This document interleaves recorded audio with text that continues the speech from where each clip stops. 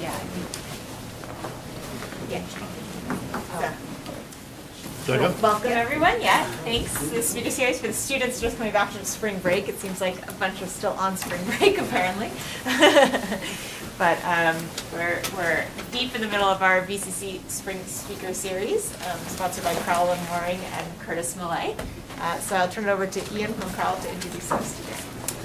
Hi, welcome everyone. I see some familiar faces, so thank you again for attending our speaker series. We're coming to towards the end. We have a few more speakers, so I ask everyone to look at our schedule, and I think next week we have another speaker, and so the series will continue on. But this week, it's my particular pleasure to introduce Dr. and Professor Sergio Puig, who's teaching lecturer at law at Stanford University Law School.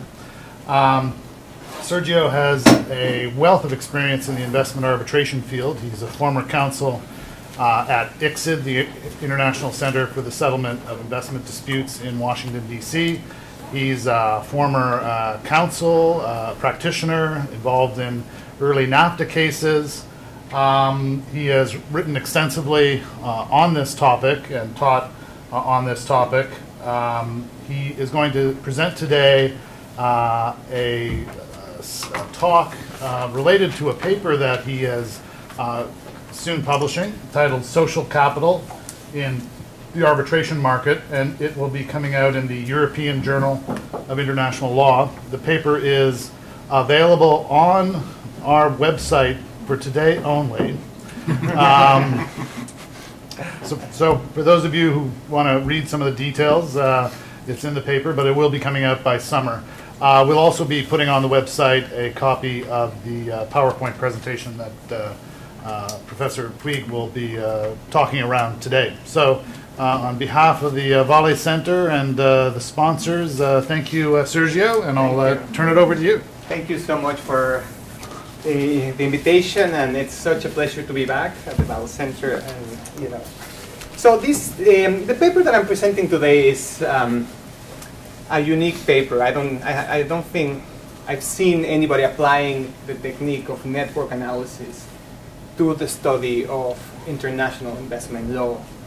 And the origin of the paper is the question that many people have observed in international arbitration, or an issue, a problem that they have observed from international arbitration to domestic arbitration. And the question is like the non-elite actors are systematically excluded from participating in the market, right?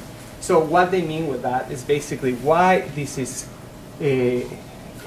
defined for some specific actors, why some actors have most of the cases, why arbitrators have most of the appointments in international arbitration, from commercial to investment to local arbitration. And it's an issue that you see throughout the literature on arbitration. And there's a classic study of Gard and Desailly, two socio-legal researchers and professors, or professors in the realm of socio-legal studies, defining this as a competition between the grand old men of Europe against the American arbitration technocrats. And they define this issue of competition between those inside and outside of something that they want to call a network or something like that. And they participate, and then they use their reputation, social esteem, and then they go to Paris, they go to the same conferences, they have the same dreams together, and voila, right? They have appointments, and that translates into economic gains. There's more dramatic ways of calling the network. Some people have even called it the white male club.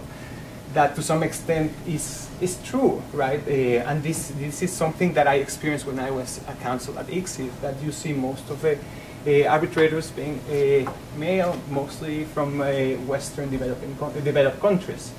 And then there's even people that call them a transnational mafia, no? And this actually became very prominent in a recent report that probably most of you are aware, Profiting from Injustice, how law firms, arbitrators, and financiers are fueling the investment arbitration boom. So this became a rather controversial report published by people who follow this from a little bit of a distance, but they were kind of disappointed in the way that some arbitrators were using their role as arbitrators to also then get cases as attorneys, and that also to using financial institutions to finance their cases. And in that report, there was an interesting graph in which they represent the frequency of participation of the arbitrators in investor-state arbitration in this way, right? And basically, they were conveying, well, this is how it looks. We have all of them sit at the same time in the same arbitrators. They share, and then they go and then they pass their then they litigate cases against themselves, and they were making a rather provocative argument that with some empirical or rather limited empirical evidence. And I always approach these questions with some skepticism, right? I was trained in socio-legal and empirical methods, so I'm also trying to see what the evidence tells you. So it just happens that I was writing a paper on this topic prior to the report. So in a way, the report was perfect for me because it kind of, oh yeah, it's cool, right? Now I have a punchback, right? Like a straw man, how the academicians likes to call it, right? So the way in which I frame the paper is, well, there's competing explanations of why we see this phenomenon, right? From socio-legal, explanations, right? As I mentioned, right? People gathering together in conferences in Paris, having drinks together, having dinner, passing, and that's where the symbolic capital is created, right? And by creating symbolic capital, that translates into appointments. Then Tom Ginsburg, a very well-known professor in Chicago, right? He has another paper, right, saying, well, no, this is more complicated. This is actually, we see a little bit of these network effects, and what we see is a core of people defining what is an insider, and people in the periphery of the network not being culturally adept for that network, and that is used, right? The culture of arbitration is used to exclude them, right? So it's a slightly different take. One is more sociological, the other one is more group dynamics and economics. And then you have people writing from the critical legal tradition in this more bombastic terms, saying, no, this is a web of structures, right? From language, from rules, processes. And then if you think about them, they all sound right, no? You can see how, the rules of the process, English, French, and Spanish, right, may exclude some arbitrators, right? The rules of appointments, right, being on the list of ICSID to be appointed by the institution, exclude other people. So the structure can actually have some deep impact. The idea of this being a network and being this kind of collusion of insiders in kind of this antitrust, almost antitrust mechanism. It also sounds like plausible, and of course, I mean, I grew up reading, or my academic career, I've been following this article. That's one of the most traditional in the socio-legal tradition. In the socio-legal literature. Right? Well, yeah, these people go to Paris. I know most of them. I go to AGIL every year, and they are, and I see them talking to each other, and oh yeah, they have been in this case, and then you see the connections, right? So I was like, well, how can I do this, right? So the first question was, are they right or wrong in terms of defining this as a very small structure, right? So the first question that I addressed is, what are the basic characteristics of this social structure of arbitration network, right? What are the basics, and how can we get, right? Because all these authors have been writing with some intuition and talking to people, but without more robust empirical evidence. And that's the first thing that I wanted to do, to try to take it a little bit further, right? What can we use to cement our critique of the system in a more empirically based evidence? And what if anything, we can of these characteristics, we can learn about the potential mechanism of exclusion, right? Again, going back to the exclusion issue, there's 3 competing explanations at least. So, what I do is apply this technique called network analysis, right? It sounds fashionable, it sounds cool, it's not so complicated. It's been there for many years. Now it's becoming more prevalent because now everything, it's a network, a social network, or you have availability of a lot of information through elements such as, or websites such as Facebook and what have you. So it basically represents the relationship between units. It has the assumption that the components of the system rarely act in isolation. So the way in which the structure or the structure of the network will have some effect on the outputs. In this case, on the jurisprudence, right? Or in this case, the way that the cases are decided.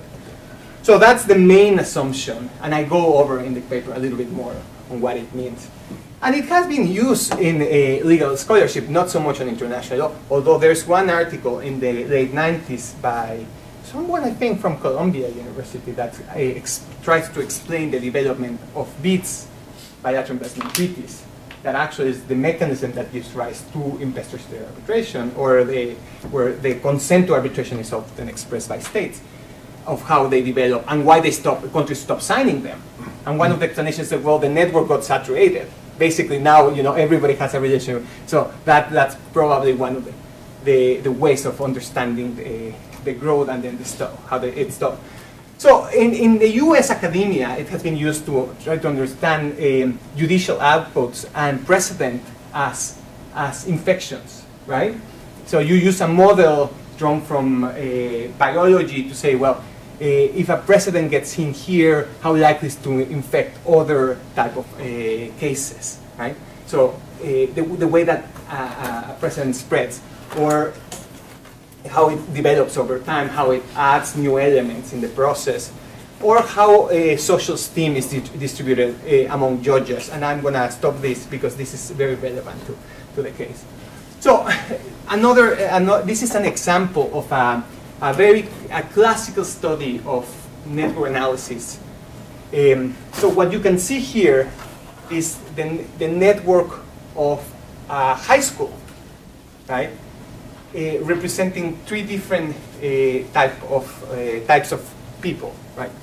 People of Afro descendant, or people of color, right? White and Hispanics, right? So what you can learn from this, right? This very visual image, right? Suddenly, it's like how they aggregate by clusters, right? So probably these are female, these are male, right? And they all have friends in common, right? They all have friends in common, and that white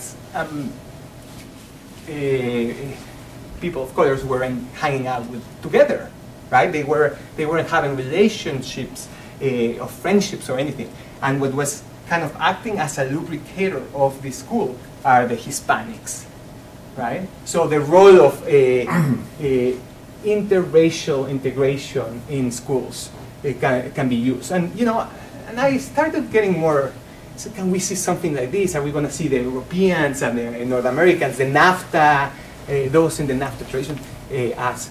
So I started getting very, very, very kind of motivated and inspired. And then I saw this one. This is the work of Franco Moretti, a professor. He went to present this. I was early on my fellowship, and he went to present to Stanford Law School. And he actually applies network analysis to the classics, right? Mm-hmm. And this is to Hamlet. And he confirms what we already know. Hamlet is a very central character of Hamlet, of course, who he talks and have relationships. And in a way, you can do this based on the interactions in the play, right? Or the way that they have any kind of dialogue, right? And it's confirming what we know about the structure of different kind of literary works. But I felt, well, if someone does it to the classic, I can do it to arbitration, right? So that was the main motivation. And then finally, I found someone who had applied this technique to the American judiciary.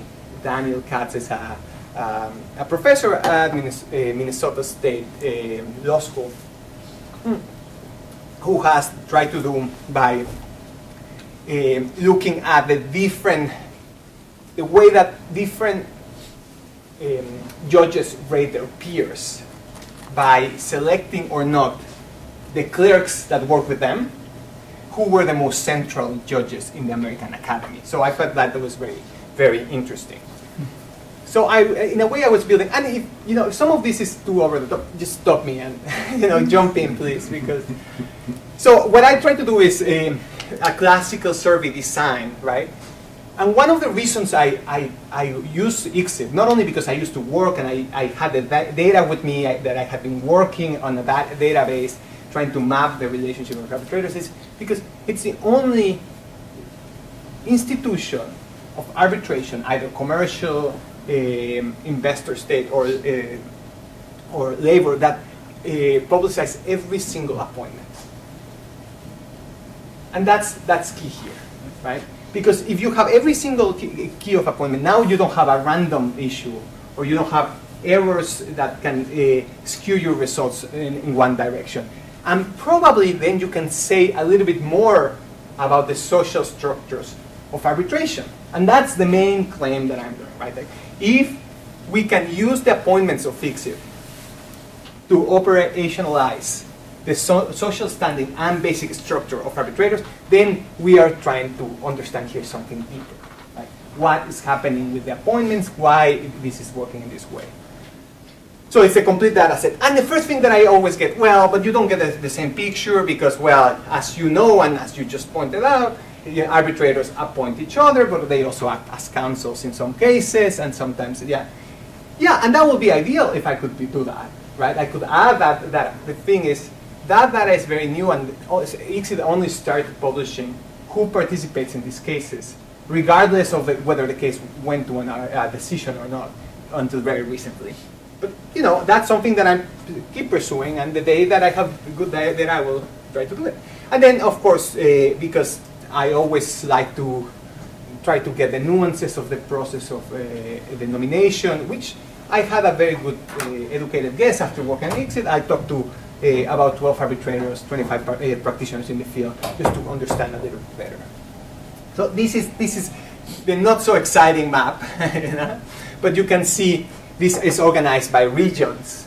And you can see a little bit of this clustering that we were talking, right? The reds are the Latin American. You have here a very, very powerful Latin American arbitrator. And the graphic designs, basically what they do is they push the more connected nodes to the center, right? And the less connected to the further. And these are very well designed techniques for visualizing networks. You can see here two very central Europeans in the core, right? And you see, I put in red and black. You see them. The black are the Americans, North American, the U.S. arbitrators, and then you can only see one, right? And the rest of the New Zealand, Canadian, or some countries that have a common law origin, right? To kind of contrast civil versus contract, the European tradition. And then you can see a little bit of the story that I was telling you about the grand old man European arbitrators versus the arbitration technocrats of the U.S. as described happening here. But the Americans are not very central, right? More Americans are appointed because they are in the periphery, but most Americans are not reappointed. You just have one. And then this is something that I explain a little bit more in the paper and what it means. And this is kind of a zoom in, now look at by gender, right? So we talk about the white male club, right? So you can see from this visualization very powerfully, how this is, in fact, continues to be a white male club, right? But the two most central people are women, right? Brigitte Stern is at the middle, right? The European, know that we see here, well, now it gets trivial. Brigitte Stern, Kaufmann Kohler, this Swiss arbitrator who is very well known, very well regarded by her colleagues. So she is right in the middle. But then you can see the rest are male, right? So what is this? Is this exclusion? What is motivating this exclusion? Well, as it turns out, the female appointments just behaves in very similar ways that the male's appointments, right? So it's just a microcosmos of the entire cosmos, right?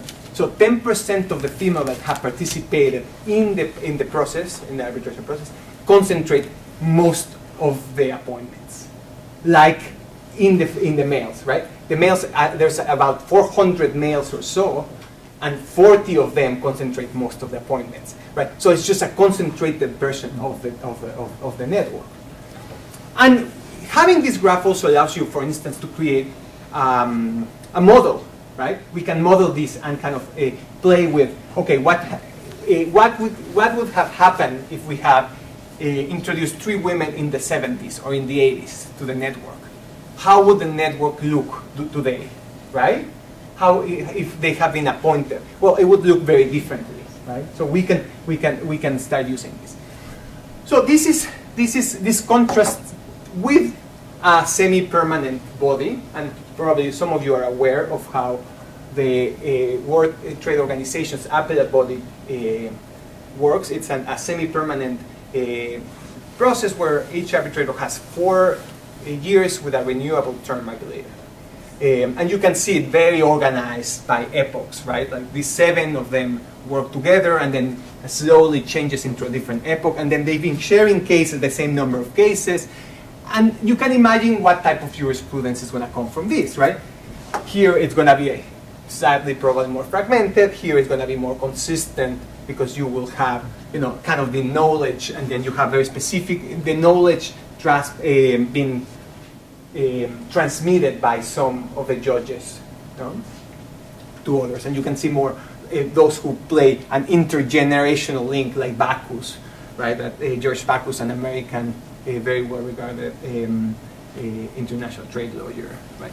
So I'm using this just to contrast this with this. And then once that we look a little bit more scientifically, this is how the core looks. This is the core of the international arbitration market.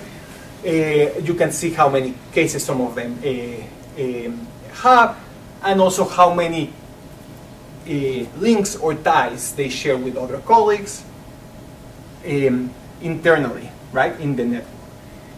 What this shows is that the core of the network is very, very condensed, which means that these people are very insulated, and there's theory behind all these things that I'm going to tell you, so you just have to believe for a second that they are more insulated from outside challenges, right? So in a way, the core reinforces behavior inside of the core, and this is the core. This is the core of the arbitrators.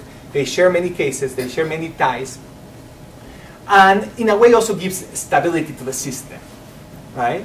So in a way, what is lacking in the process of appointments, right, which is we want certainty of who are going to be the judges, is created by those who have the control of appointments. Right? So you start seeing a very more solid structure that helps the lawyers navigate the intricacies of the law. So this is the core. So one of the main things that's determining what the centrality, and by centrality I mean how central they are to the network, how important they are to the network, is the appointments by the parties, right? Which is a huge part of the process.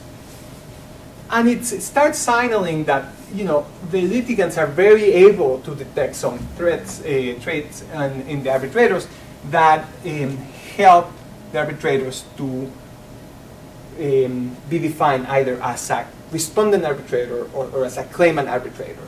Right? And you can see here by the magnitude of this line that I represent here, who has been propelled mostly by an appointment by a respondent, or who is by claimants, right? So basically, Brigitte Stern owes her centrality to her specific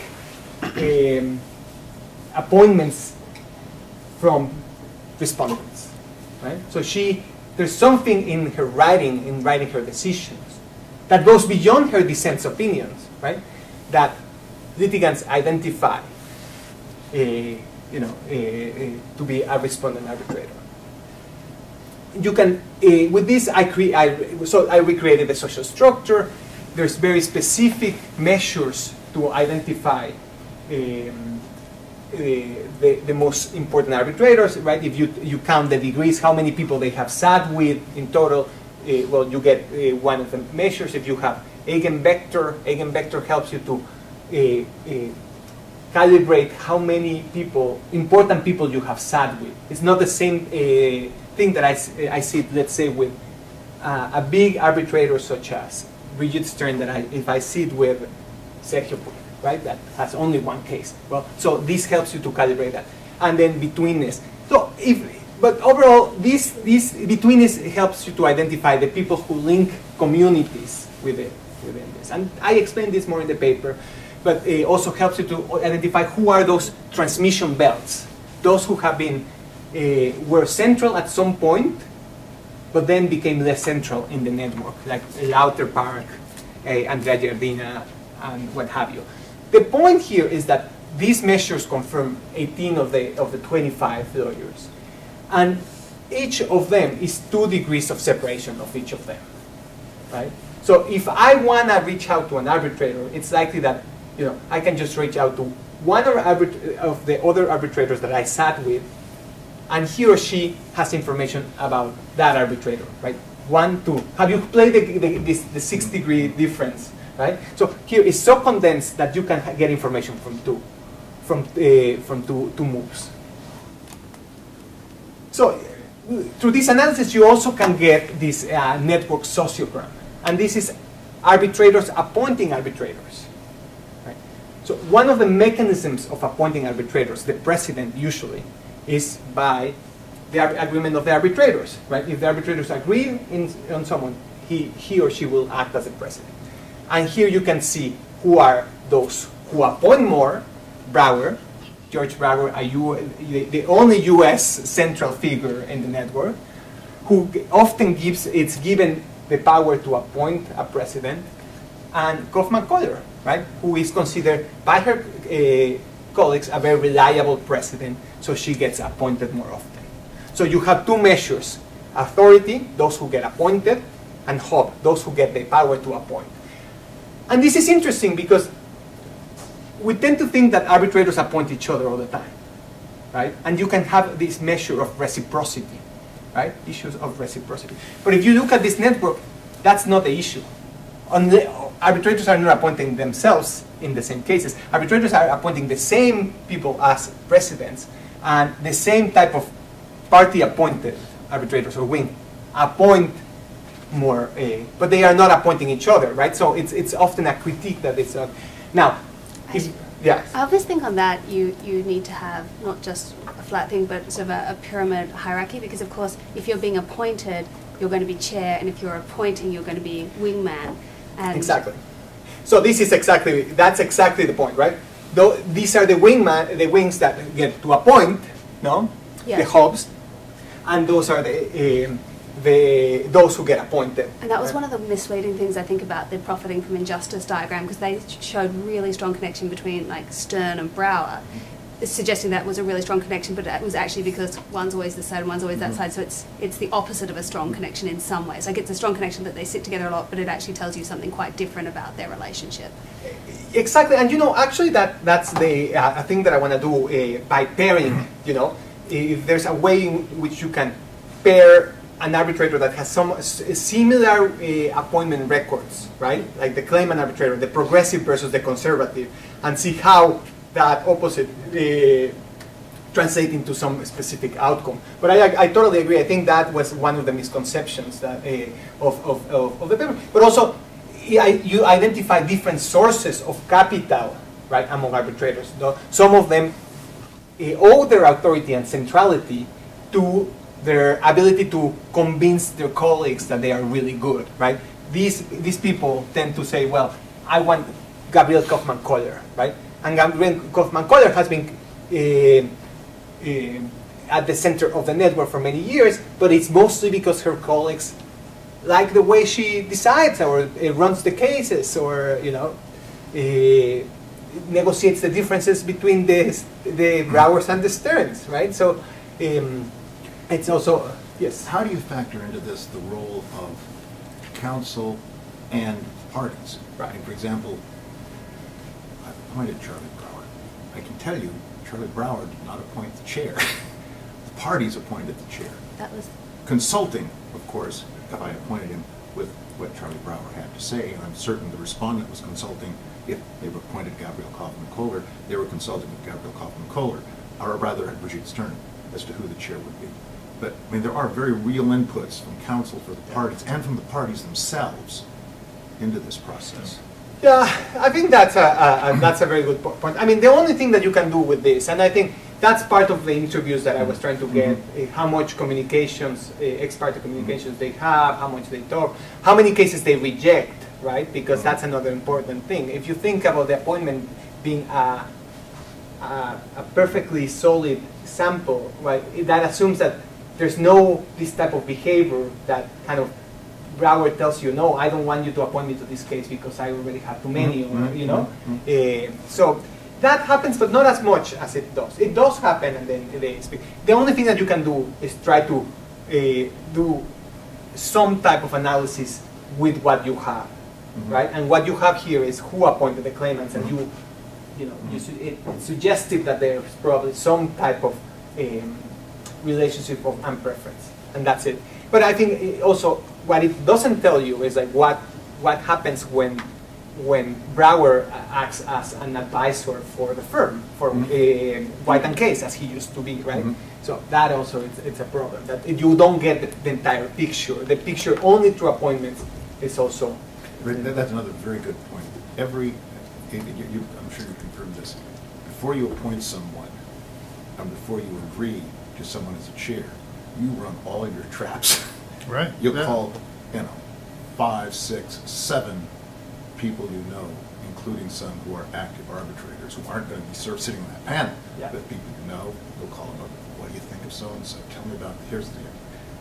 You get input from people, all those Right, little right, notes. right. They supply informal input to counsel for the parties in making their, not just selection of the party-appointed arbitrator, but going along with their suggestion. For who might be the chair. And that's part of the process of creating capital. It is, right? yes. Right, and that's actually part of the main argument, right? That's sitting with someone and have access to valuable resources, human resources, translate eventually into information. Brigitte said she's a great party-appointed arbitrator. Right? She's a great party appointed. She's going to be influential in your tribunal. She's going to be loyal, and that's part of the mechanism. Does your stuff allow you to do anything over time that shows people's reputations first snowballing, but then also falling off a cliff if they get annulled too many times? Or That's so interesting, and that's the next paper. Actually, it's coming. I'm trying to do. Yes, you can do that, and the only thing that you can do it is just. It gets complicated when you add elements of time. I have to say, right? Yeah. It's not so simple. It's simple to have the picture at this moment, or the picture in 1980, or the picture, but like the model of how it transforms. You can do it, and then adding when a dissenting opinion or an annulment, or when you were appointed to the exit list, right? And how that translated into reputation. It's some of the areas of research that I'm trying to open with this, using centrality as an outcome variable. Right, centrality is the result, right, and what is affecting your centrality. If annulments, exactly. right. So that's part of I'm trying to collect information. And that. So just one thing, if you can test for it. There's such an individual case, but obviously sort of being overturned by annulments and those sort of things. But another one I think was really interesting. I forget who it was who came out and publicly reversed themselves in a decision on MFN. And all arbitrators, when they make a decision, have to say, I'm open every time. But what does it do to reappointment chances when you completely reverse yourself?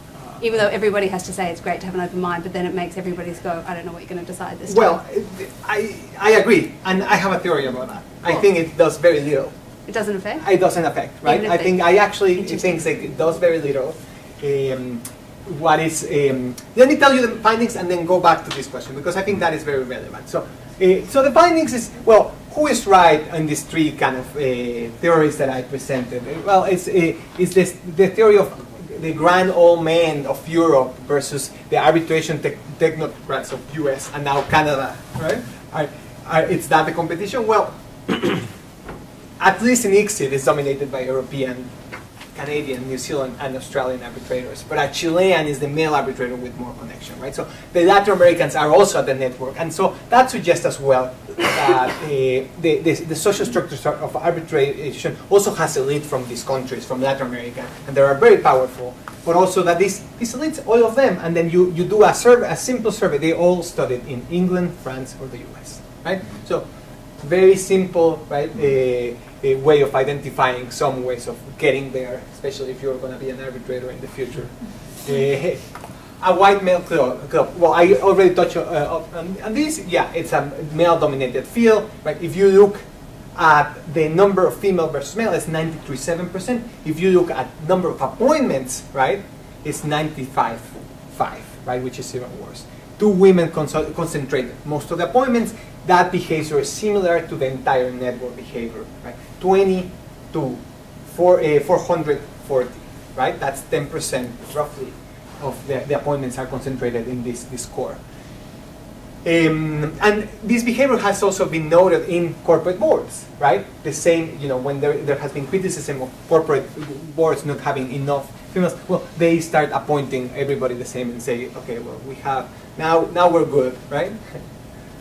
And a transnational mafia. And I think this is where I want to make a strong point, especially because I have really good arbitration practitioners, and I think it should be done. I think that's a little bit unfair, the way that they describe the transnational mafia. They actually don't understand, or when they did that most reputation-based networks behave in very similar ways.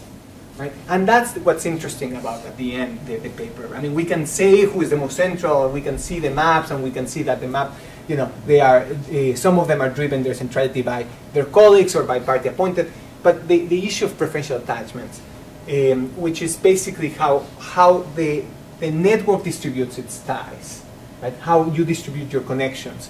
And I think that behaves very similar to many reputation-based networks, in which most of the people of the network won't have interaction with most of them. It's few of them that connect most of them.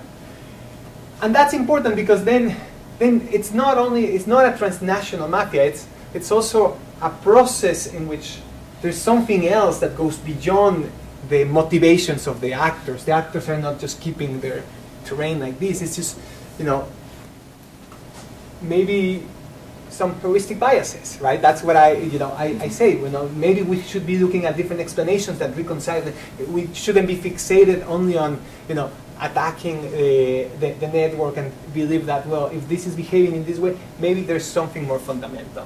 And these are the main implications, and the two main implications is that arbitrators appointed early on subsequently benefit from the social standing that they create. And this goes to your point. Basically, even if you do start writing bad decisions, if you were appointed at some point, and we have a very specific case, Professor Orrego Vicuña, right? He has been reversed in many cases. He has been even disqualified. He keeps being appointed, right? So you will see that those who got into the network, and this relates to this following, right? At specific moments are more likely to become central figures, right? So this is the moment where you see the boom of arbitration, and you will see, and it sadly doesn't look very well because the colors, but you can see the power brokers, those who are in the core, and the elite arbitrators, those who follow them, and most of them had their first appointment in between the 97 and 2004. Right? And you expect that these arbitrators who got their first appointment will become more central over time as well. Right? So that's the first. And maybe this suggests that the arbitrators are benefiting from the limited sources of information that arbitration has. At the end, that's part of the problem. Right? you have limited cognitive ability, but also limited sources of information. The sources of arbitration are basically those arbitration colleagues that have sat with them or have had them in a case, right? So that results in creating mental maps and saying, well, Brigitte Stern is good for this, Charles Brauer is good for this, or you start identifying, putting them in categories, because the sources of information are very limited. And then the appointment in itself is a source of information, right? And this is the other one, to affect and gender composition, right? And this is something that I wanted to point, that the secretary at ICSID, where I used to work, and the institution that manages and administrates most of these cases, has taken a stand on this, trying to improve the gender disparity. Well, guess what? These networks are very hard to change, right? You really need what it's called coordinated attacks. And coordinated attacks means like, go to the core and limit the number of cases, the number of appointments that they can have. Otherwise, you're not going to affect this structure, right? So that's the sad part of the story as well, right? Because most of the appointments are party appointed. So the parties need to cooperate in this, and because of what I mentioned before, it's going to be very difficult to change the network structure. I was talking about that, and then this is what I was saying. So the appointment mechanism as a signaling of social esteem. In a way, that's what became the social. And I think someone did this in a very nice way. Eric Schwartz, a famous practitioner of arbitration, said it's hard to get publicity for commercial arbitration work because of the confidentiality. With investment arbitration, you can boast. Right, and basically that's exactly what the benefit, right? I'm appointed, appoint me, see me, and that creates this or implicated in this mechanism of creating this social structure.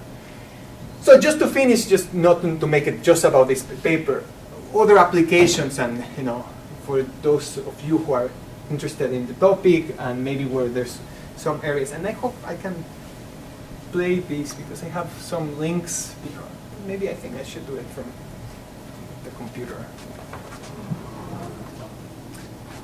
So other potential applications, the study of precedent in investor state, and this is this is what I'm doing right now. I'm trying to study the precedent, how precedent, and then you will see some of the cases that have defined the structure. You will find this very interesting, how NAFTA precedents are so at the core of this. So this is an example of applications.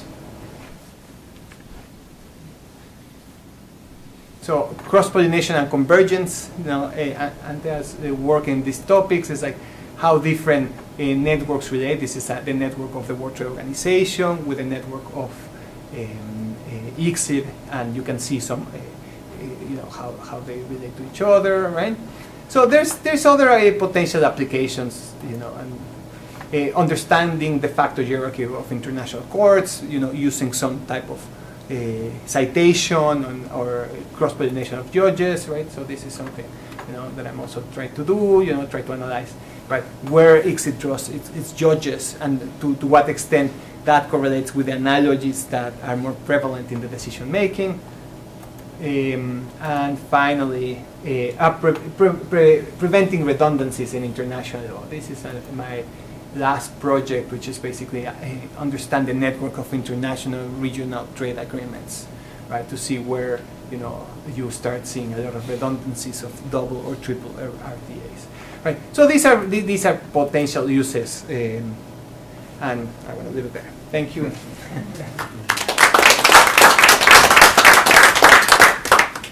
Some questions? Do we have time? I think so. Yeah, at least a couple, yeah. Yes. Isn't there an issue with the fact that the field is a fairly new field, and the fact that it's really just started getting going in the last 20 years? So you're looking at really the sort of the first generation, first or second generation of arbitrators. So that's going to create a skewed picture of a core set of arbitrators, because they were the first people that were doing this. But the question is why some became more central and others did not, or what are those who in this first generation became central and why, right? And that's part of the argument. I think those arbitrators who peak at the time where this was booming, they benefited from this, right? And you see very specific, characteristics of them, right? In terms of age, in terms of background, in terms of so. But the thing is, I think we shouldn't make a mistake, right? Depending on it very much will depend on the number of cases. But if the number of cases stays the same way, right, 25 to 50, I think it's more likely that the arbitrators who were appointed early on will become more central than those who are getting appointed now more. That's the insight, right? So this idea that, well, eventually the second generation will take over. No, what will take over is, those who were important arbitrators at the beginning of that expansion period. Did your data allow you to distinguish between chairs that were appointed by agreement and chairs that were appointed by the appointing authority? Yes. And that's a very good point, because I didn't make this distinction here, but I do it in the data, right? You have the parties, the institution, and by institution I mean in ICSID the process, and that gets very tricky.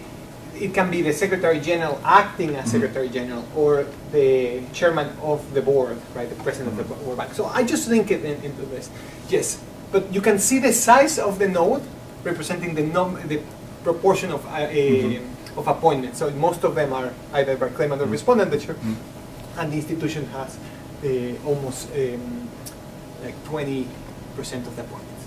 Yeah, so you can look at that as well. I mean, the reason I ask is just projecting from my own statistically insignificant personal sample. Gabrielle Kaufman-Kohler, I think, gets appointed as chair a lot. Yes. Simply because she's really good at it. Simply because. And I would guess that she gets appointed by agreement. Except of the arbitrators a lot, or by the parties. Yeah. Well, the arbitrators or the parties, not so much by the institution. And that's why you have it here as authority, right? Because but does that indicate she was appointed by agreement? Of the arbitrators. Yes. Right. It's like right of okay. the arbitrators. But you're right. And then her second largest number of appointments come from agreement of. There's very few that come up from agreement of the parties, but she gets some of them as well, right? And she's one of the rare cases where she has been appointed by claimant and respondent. Do you go back to the picture you had?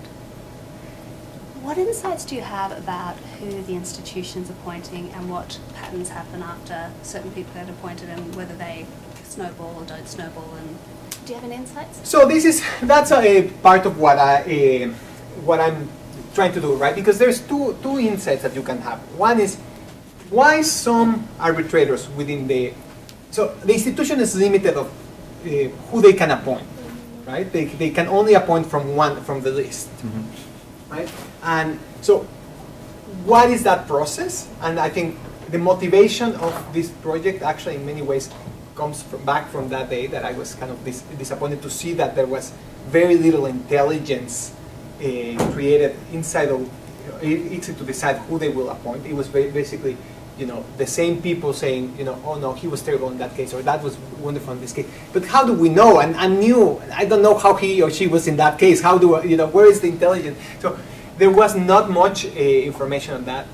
The only thing that I can tell you is this is the one appointment by ICSID does matter, right, in your centrality, right, in the institution matters. How much?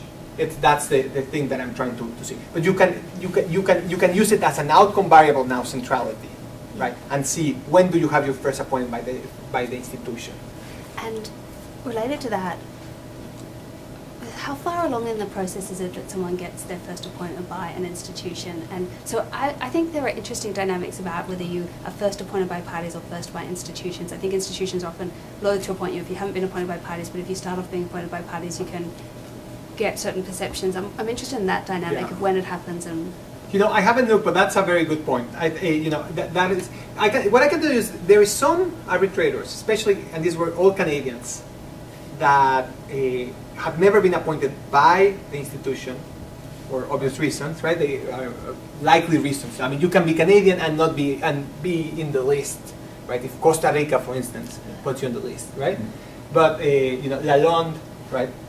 Henry Alvarez and Thomas, right? So they are very central to the network. They were never appointed. They cannot be appointed by the institution, and yet they still.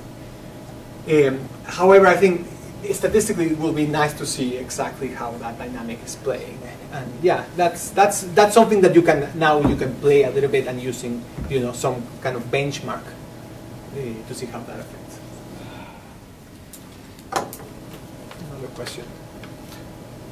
Just to raise a point, I mean, there's been a debate in the last few years about how we should appoint arbitrators, and the whole idea of the parties appointing arbitrators has come under some attack, although I think it's being beaten back to some extent. But there has been a proposal that the system be entirely institutional, like the WTO. And how would that impact the core of arbitrators we have now, knowing what you know from the WTO context? Would it reinforce the core, or would it in fact provide the institutions with the opportunity to bring in new people?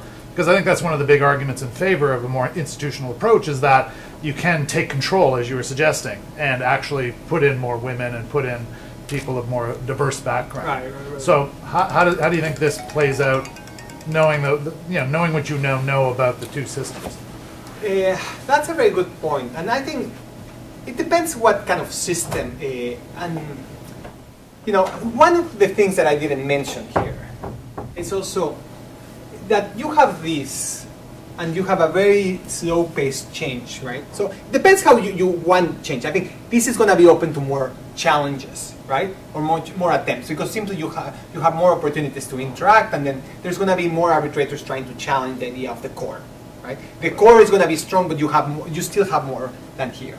But here you're basically limited by other factor, and this is the secretariats. Here, the secretary, I mean, if you tell you the institutional memory of this to help this transfer, right, in this very kind of low-paced change, little dissent, agreement of everybody, requires a structure that ICSI doesn't have, right? So, knowing that, right, would you prefer to have a structure that looks more like this or not, right? I think that's the first question. The second is, let's assume that we can transfer to more an institutional appointment.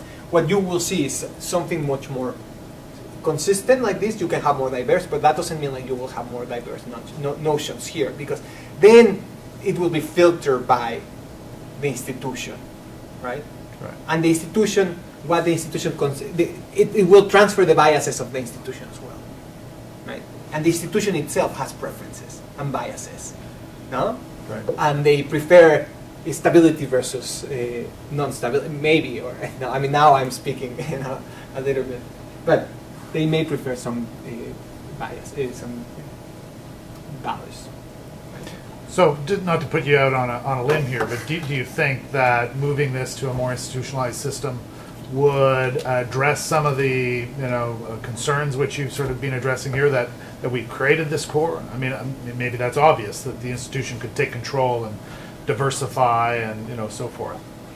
Yeah, I guess one of the things is the institution can create some type of rules that can address some of these issues, if that's something that they want to address, right?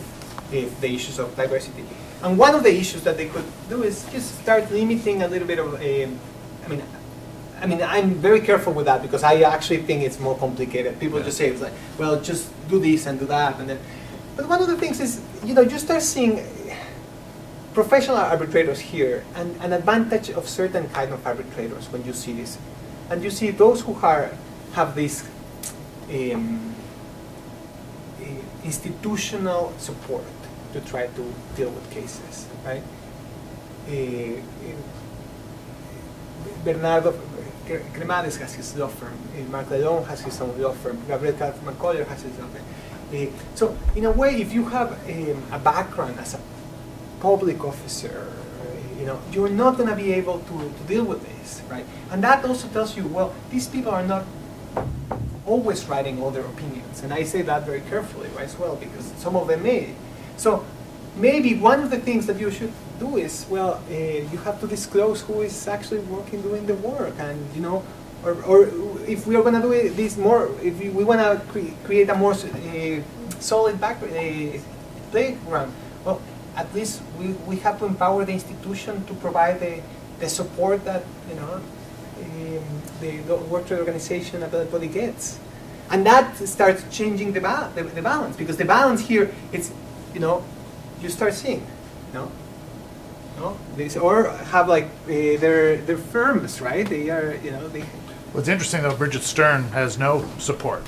I know she she does all of her own work, and she's the busiest. So I'm just going to move here. That's not true. No, I'm not tell you on the camera, but I think that's the real. Yeah. Well, yeah. And then you rely on that system of trust, and But I think there's moves that the institution could do rather than move first on that and on the appointments. And to move into an institutional appointment only, I think that requires a change of the institution, right? That's rather dramatic.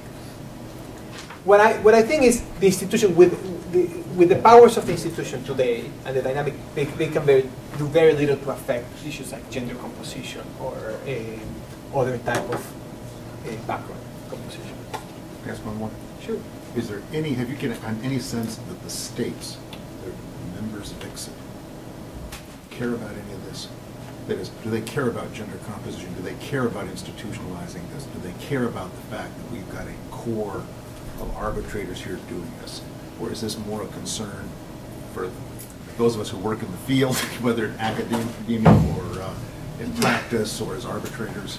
I think there's more concern, and this is probably for those more immediately affected by this, by getting intelligence about this. Mm-hmm. Right? I think that's what the firms. I get calls from sometimes the Ministry of Economy in Mexico, right? And they deal with the NAFTA or other investor states. It's like, we have this case, and you know them, and how can no? And that's something that I've been trying to do. And actually, the origin of this project is basically I was trying to create a database where you can give this to the states. I'm sorry, I misspoke. My question really was, do you get from the states any sense that they want to change this? I can see how this information would be of incredible value to any party, private or state, and that they should want it. But do you get any sense they want to change it? Yeah, that's a good question. No, I don't have any insight on that. I think some states may want, some of the others they don't. And part of this is that the distributions of this system are also very not clear, right? What type of system who likes the system, right? I mean, I was last week I was in 2 weeks ago in Geneva, and we were discussing, and then someone from an NGO was saying, it's like, well, really corporations don't like this system, and then someone tells you that the states don't like they hate the system, states, and then during the interviews, I was talking to some arbitrators, and they would say, well, I hate ICSID, it pays so bad. So how is it possible that arbitrators, NGOs and states, corporations hate the system? That cannot possibly be true, right? And I think, some states like it, and I think, some who criticize the system have missed the point as well, that some states like it because they can resolve disputes without the transparency that they should be doing, right? So, I mean, it has, all the focus has been like corporations, they like the system because they can take and they can play the system and they can set precedent and they can obscure it, right? And there's no accountability. But also the states, I mean, I told them, it's like, well, probably what you should be doing is investor state, the preferred mode of dispute resolution of non-democratic, non-transparent states, right? I mean, maybe that's the case. So who is benefiting, who's not benefiting? That's not clear to me, right? What I think everybody agrees is like they want more information on this, and I think that's probably what's behind. We're going to be kicked out. Yeah. Thanks very much. The server's going to crash as everybody downloads this. It's a big one. Seriously, you could sell this. Well, that's Any law firm that works in this area could buy this room. Do you know what? That's like how it started, right? I was creating arbix.com. I mean, you actually got to see it, huh? Yeah. And then I guess I'm just gonna wait to get paid. You then. Right. Yeah, probably then I am gonna do it. Yeah. It's so good to see you. Yeah, no, Thank you thanks so very much. much. Thank you so much. You want to know I'm going to read the paper in more detail, but I think you confirmed some things that yeah, were yeah. intuitionally correct. some First firms mover get for very principle boring. kind of thing is Right, the first mover. definitely, and the caution that ultimately is reflected in the appointment. This was really That's just the cost. Thank you so much. Thank you so much. I know, but you're a right. confirming factor. Charlie Brower's on the Iranian Claims Commission. Yeah, what are the, I have to answer that. What are the policies that you I think the Brower was absolutely invaluable to Iran and to the American judges And in this identifying process. individuals. He knew something. knows everyone. There'd be somebody would throw out a name, As it and shows. he could. Wait to get out. Okay. The stats show it. It was just incredible, his ability to, I mean, he put out this like 30-page memo with a page on everybody who was under consideration. He was essentially working for Iran as much as interesting. Yes. It was just incredible. but when first has to Hey, what floor are we on again? Which floor? I was given the floor. Yeah. Eight? Eight. How are you? Nice, nice. You are from Iran? No? make the job that much easier. You know, I don't have one because I'm changing jobs right now, but just look at me at the website, the Stanford website, and send me an email. My email is there. ¿Ya? Oh, ya. Mucho gusto. ¿Eres de México? Hola. Hola. Aldo Melo, mucho gusto. ¿También del TAM? Sí. Ah, qué bien, mucho gusto. Ah, pues qué bueno que vinieron. ¿Y están haciendo el de Sí, estamos aquí Ya, haciendo por- la por terminar en unos un mes, yo creo. Todas estas bases a las dos.